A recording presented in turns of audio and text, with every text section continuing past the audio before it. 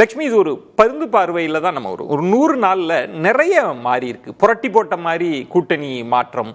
அரசியல் கட்சிகள் உண்மையில் எதுக்குறாங்களா? ஏன்னா பொதுவாக ஆளுங்கட்சி கூட்டணினா எதிர்முகாமில் இருக்கிறவங்கலாம் இப்பயே தயாராவாங்க. இப்போ சில கட்சிகள் இருக்கு. திரு டிடிவி தினகரன் ரொம்ப கூர்மையான விமர்சனம் தான். அவர் தொடர்ந்து இன்னொரு அலைன்ஸை மனசில் வச்சு பேசுகிற துணி இருக்கு. பாமகட்ட 50-50 தன்மை இருக்கிறத பார்க்க முடியும். சீமான் இன்னும் அதே வீரியத்தோடு வரல. கிருஷ்ணசாமி அவர்கள் கடுமையாக அந்த எதிர்முகாமுக்கு போற தன்மையெல்லாம் பார்க்க முடியுது. உங்களுதுல இந்த மாற்றத்தில் முக்கியமான அப்சர்வேஷனை நீங்க எதை பார்க்குறீங்க லட்சுமி?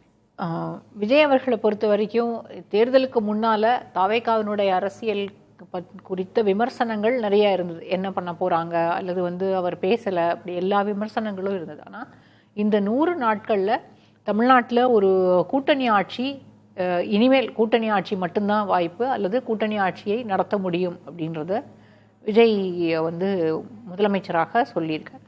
இப்போ ஒரு இனிமே எல்லாமே கோயலிஷன் கவர்மெண்ட்டாக தான் இருக்கும். ஆனால் இப்போ அந்த ஒரு கூட்டணி ஆட்சி நடக்கிறது அப்படிங்கிற மாதிரியான ஒரு தோற்றமே தமிழ்நாட்டில் இது வரைக்கும் இல்லை. ஏன்னா அந்த கூட்டணியில் இருக்கக்கூடிய கன்ஃபியூஷன்ஸ், அந்த மாதிரி நிறைய விஷயங்கள் எல்லாம் வழக்கமாக நம்ம பேசுவோம். ஆனால் அது இந்த முறை அது அப்படி ஒரு துணியே தெரியல வெளியில். இன்னொரு பக்கம் அவர் திமுக கூட்டணியில் இருந்த கட்சிகளை எல்லாம் அவங்களுக்கு பக்கம் நிற்கிறாங்க. அதை தாண்டி பாமக அன்புமணி போன்றவர்களும், அதாவது நேரடியாக எல்லா இஷ்யூஸ்லேயும் இல்லாமல் ஒரு சில அம்சங்கள்ல விமர்சனம் செஞ்சாலும், ஏன்னா சௌமியா அன்புமணி ரொம்ப நல்லா பேசுறாங்க சட்டமன்றத்துல. காவேரி மேகதாது இஷ்யூல எல்லாம் அவங்க பேசுனதை கட்டாயம் நம்ம பாராட்டி தான் ஆகணும். அதுதான் பெருசா பேசு பொருள். ஆமா, ஏன்னா அவங்க வைக்கக்கூடிய விமர்சனங்கள் எல்லாமே ரெண்டு பக்கமும் எதிர்த்தரப்புல தவறுகள் இருந்தாலுமே சரி, இல்லை ஆளும் தரப்புல இருக்கக்கூடிய தவறுகள் எல்லாத்தையும் சுட்டி காட்டுற இடத்துல பாமக இருக்கிறது. ஆனா பாமக ஒருவேளை அந்த பக்கம் சாய்ந்து நிற்க போறாங்களா அப்படின்ற மாதிரியான எண்ணங்களை அப்பப்போ அந்த சமிக்கைகள் தெரிஞ்சுக்கிட்டே இருக்கு. ஆனால் இதுல இன்னொரு ரொம்ப முக்கியமான அம்சம் என்ன அப்படின்னா, இந்த தேர்தலில் பெரும்பாலும் வட மாவட்டங்களில் தான் தாவேகாவுக்கு வாக்குகள் வரல. அந்த அதிமுக கூட்டணி அங்கே வெற்றி பெற்றதுக்கான ஒரு காரணம் பாமகவினுடைய செல்வாக்கும் அன்புமணி ராமதாசனுடைய செல்வாக்கும். அப்போ அந்நியர் வாக்குகள் எல்லாமே அந்த பக்கம் போயிருக்கு. இப்போ இன்னைக்கு ராமதாஸ் அவர்களுக்கு இந்த தகைசால் தமிழர் விருது கொடுக்கணும்னு இருந்தாலும் அவர் பெற்றுக்கொள்ள மாட்டார், அல்லது அவர் வேண்டான்னு சொல்லிட்டாருன்ற போது சௌமியா அன்புமணியினுடைய தந்தை, அதாவது எம்பி விஷ்ணு பிரசாத்தினுடைய தந்தை, காங்கிரஸை சேர்ந்த கிருஷ்ணசாமி அவர்களுக்கு கொடுக்கப்படுது. இப்போ இந்த கால்குலேஷன்ஸ் எல்லாமே இவங்க, அதாவது தாவேகா அரசியல் ரீதியாக அவங்க முன்னால போகல, அல்லது அவங்களுக்கு தெரியல அப்படின்றதெல்லாம் இனி நம்ம பேச முடியாது. எந்த இடத்துல யாருக்காக என்ன காம்ப்ரமைசஸ் செய்யணுமோ, பொலிட்டிக்கலா எப்படி முன்னேற முடியுமோ அதற்கான எல்லா வழிகளையுமே தாவேகா செய்கிறது.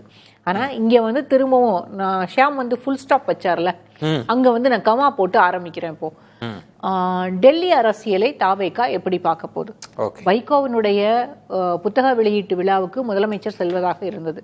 ஆனால் அது திடீர்னு கேன்சல் செய்யப்படுது. வைகோவே அவர் வரல, அவருக்கு அங்க முதலமைச்சருக்கு அங்க பணி இருக்கு, அதனால வரலன்ற அர்த்தத்துல தான் வைகோ இவரே போய் சொன்னதா சொன்னார். திரு வைகோ அவர்கள் நானே வர வேண்டாம்னு சொன்னதா சொன்னார். ஆமா, அது அவருக்கு வேலை இருக்கு அதனால வரலன்ற அந்த அர்த்தத்துல தான் கூட்டம் அதிகமா கூடிரும். இன்னொன்னு அதற்கு பிறகு இன்னைக்கு சட்டமன்றத்தில் நடக்கக்கூடிய விவாதங்கள் எல்லாமே கடந்த ஆட்சியில திமுக ஆட்சியில் அப்படி இருந்தது, திமுக ஆட்சியில் எப்படி இருந்தது. வழக்கமாக அந்த சங்க பரிவார் செய்யக்கூடிய அந்த விமர்சனங்களை எல்லாத்தையும் நம்ம இந்த 100 நாட்கள்ல நம்ம பார்க்கவே இல்லை. பெரிய அளவில் அந்த விமர்சனங்கள் வரவே இல்லை. ஏன்னா மதம் சார்ந்து விமர்சிக்கக்கூடிய பாஜகவோ அல்லது மதம் சார்ந்து விமர்சிக்கக்கூடிய சங்க பரிவார அமைப்புகளோ இந்த முறை தமிழ்நாட்டில் அந்த மாதிரியான விமர்சனங்களை வைக்கவே இல்லை. இது ஒரு ஹெல்த்தியான போக்குன்னு நான் புரிஞ்சுக்கிறேன். இது தவறில்லை. அவங்களும் மதம் சார்ந்து இயங்கலை, எல்லாத்தையும் ஆர்எஸ்எஸும் சங்க பரிவார அமைப்புகளும் எல்லாத்தையுமே ஏத்துக்கிட்டாங்க அப்படின்னு நம்ம அதை புரிஞ்சுக்கலாம். அது ஒரு நல்ல போக்கு தான், அதையும் பாராட்டிடுவோம். அப்படி நம்ம புரிஞ்சுக்கலாம், வேணாலும் புரிஞ்சுக்கலாம், நம்ம எப்படி வேணாலும் பார்க்கலாம்ல. ரெண்டு கண்ணோட்டம், எந்த கண்ணோட்டத்துல வேணாலும் பார்க்கலாம்ல. நீங்க நெகட்டிவாவும் பார்க்கலாம், பாசிட்டிவாவும் பார்க்கலாம். நம்ம பாசிட்டிவாவே அதை புரிஞ்சுக்குவோம்.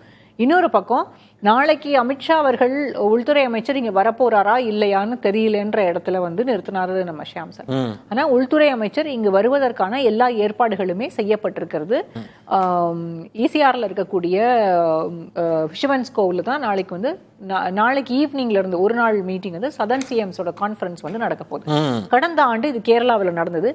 இந்த ஆண்டு இங்கே நடக்கிறதுக்கு இதுல வந்து ரொம்ப முக்கியத்துவம், இது வந்து அரசியல் முக்கியத்துவம் வாய்ந்த ஒரு மாநாடாக தான் அல்லது ஒரு கூட்டமாக தான் நம்ம வந்து இதை பார்க்கணும். ஏன்னா சதர்ன் சிஎம்ஸ் மட்டும் இங்க வராங்கன்ற போது அந்த மீட்டிங்ல இருக்கக்கூடிய ரொம்ப முக்கியமான சில அஜெண்டா, அதாவது வெளியில வந்து இன்னும் அது என்ன அஜெண்டான்றது சொல்லப்படலை. ஆனாலும் எனக்கு இருக்கக்கூடிய தகவல் என்ன அப்படின்னா, சமீபத்தில் இந்தியா முழுக்க அல்லது தென் மாநிலங்களில் அதிகரித்திருக்கக்கூடிய போதைப்பொருள் புழக்கம், இது குறித்த விவாதங்கள் அல்லது டிஸ்கஷன்ஸ் அங்கே நடக்க போகுது. இதுக்கான ப்ரிப்பரேஷன்ஸ் எல்லாமே நடந்துட்டு இருக்குங்கிறது தான் எனக்கு கிடைத்திருக்கக்கூடிய தகவல். இது ஏன் வருது அப்படின்னா, ஒரு சில மாதங்களுக்கு முன்பு, அதாவது கிட்டத்தட்ட ஒரு 40-50 நாட்களுக்கு முன்பாக வந்து நம்முடைய அந்தமான்ல வந்து ஒரு ஷிப்பை வந்து இன்டர்செப்ட் பண்றாங்க என்ஐஏ. அதுல வந்து போதைப்பொருள் பல கோடி, அதாவது பல ஆயிரம் டன் மதிப்புள்ள போதைப்பொருள் பறிமுதல் செய்யப்படுகிறது. என்ஐஏ வந்து அந்த கேஸை இன்வெஸ்டிகேட் பண்றாங்க. அதுக்காக கடந்த 2 வாரங்களுக்குள்ளாக தமிழ்நாட்டில் என்ஐஏ ரெய்ட்ஸ், என்ஐஏவோட சர்ச்சஸ் வந்து நடந்திருக்கு. இங்க 13 இடங்கள்ல அது தொடர்பாக தேடுதல் வேட்டையும் நடந்திருக்கு. இப்போ இது எல்லாத்தையும் சேர்த்து தான் இந்த மீட்டிங்ல டிஸ்கஷன்ஸ் இருக்க போகுது. அப்போ நார்காட்டிக்ஸ் பத்தின ஒரு முக்கியமான அது வந்து ஒரு முக்கியமான பேசு பொருளாக இந்த கூட்டத்தில் இருக்கும். அப்போ இங்க எங்க நகர்ந்து போகும் அப்படின்னா, தமிழ்நாடு இதுல, கேரளா வந்து ஆக்ஷன் எடுக்க ஆரம்பிச்சிட்டாங்க ஏற்கனவே. அப்போ நீங்க வந்து நேற்றைக்கு சட்டமன்றத்தில் வந்த மாணவன் அமுதன் கொலை செய்யப்பட்ட வழக்கும் அதுக்கான விவாதங்களும், நேற்றைக்கு அதற்கு துறை அமைச்சராக இருக்கக்கூடிய முதலமைச்சர் வந்து நேற்று பதில் சொல்லாததும், அதற்கு பிறகு இந்த 2 நாட்கள்ல சட்டமன்றத்தில் நடந்த விவாதங்கள், வெளியில சட்டமன்றத்துக்கு வெளியே அரசியல் ரீதியாக நடந்த விவாதங்கள், இது எல்லாமே ஒரு பேசு பொருளாக மாறுவதற்கான வாய்ப்புகள் இருக்கிறது. நாளைக்கு நாளானிக்கும் மீடியாவுக்கு வந்து அங்க ஆக்சஸ் கிடையாது. நமக்கு வந்து ஹோம் மினிஸ்டர் கான்ஃபரன்ஸ்க்கு ஆக்சஸ் இல்ல, விஷுவல்ஸ் மட்டும் ஷேர் பண்ணுவாங்க. ஆனா இங்க என்ன ஆகும் அப்படின்னா, எனக்கு இருக்கக்கூடிய அச்சம் என்னன்னா, ஹோம் மினிஸ்ட்ரியில இருந்து அது பிஐபில இருந்து நமக்கு விஷுவல்ஸ் கொடுக்குறாங்க, இங்க டிஐபிஆர்ல இருந்து நமக்கு விஷுவல்ஸ் கொடுக்க போறாங்க. திரும்பவும் அது வந்து இந்த ரீல்ஸ் போடுற இடத்துல போய் முடிஞ்சு போயிடக்கூடாது. என்ன நடந்ததுன்றது கான்கிரீட்டா மக்களுக்கு வெளியில தெரியணுங்கிறது